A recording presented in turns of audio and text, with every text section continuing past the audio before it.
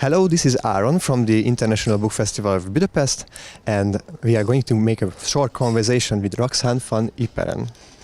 In your book, Sisters of Auschwitz, which is translated to Hungarian as well, you are writing about the stories which happened where you live, right? Yes, that's true. It's in the house that I live. It's called the High Nest. Yeah, and how should we imagine that place? The book is really situated in the Second World War, and so this house existed during the war, and you can imagine it as a place of anarchy. So literally because it is in the woods, nobody could find it, and more on an abstract level because there was Jewish resistance in the house. And in the book you beautifully describe how you found those historical traces inside the house. How did it feel to go through this strange archaeological work? Well, people tend to romanticize the finding of those things because at the moment you don't realize what it's worth. You just find things. And it's more during the 6 years of research that I did that I started to realize the magnitude of the story and thought, Jewish resistance, female resistance in the heart of Nazi heartland, that I thought this is an extraordinary story.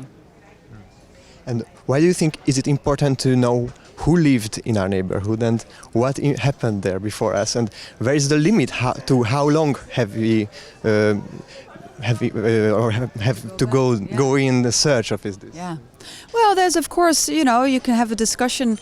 A lot of people say, I don't really need to know about history, but I do think that you need to know something about the ground that you stand on. And the Second World War in particular is the breach of civilization for the generations that came after that, also my generation. So I'm a strong believer that it helps you in understanding humanity, history and also modern day society if you know something about the ground that you stand on. And you are writing about two courageous and morally invincible girls, Yanni and Liane. What do you think, if they lived now, what would they fight for? What would they resist against? Oh, that's a good question. I think a lot of people always wonder what kind of person stands up in hardship, during hardship. And I think it is the person who, even when there is no war and there are no hardships, is non-conforming to social pressure. Mm-hmm. So it is the least popular person in the room that you should look at.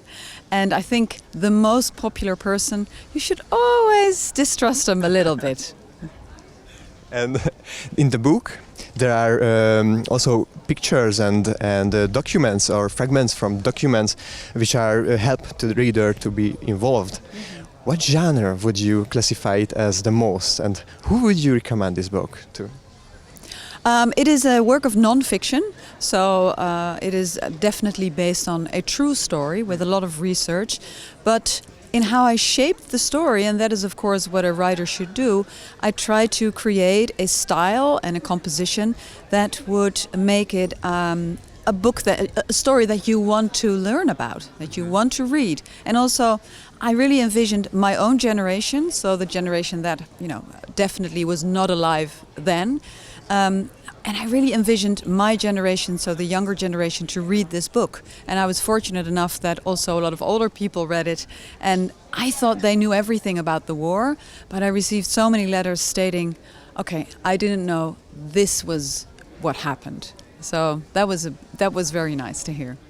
I really love the storytelling of the book and a lot of emotions in it. So thank you for the answering, and have a nice stay in Budapest. Thank you very much.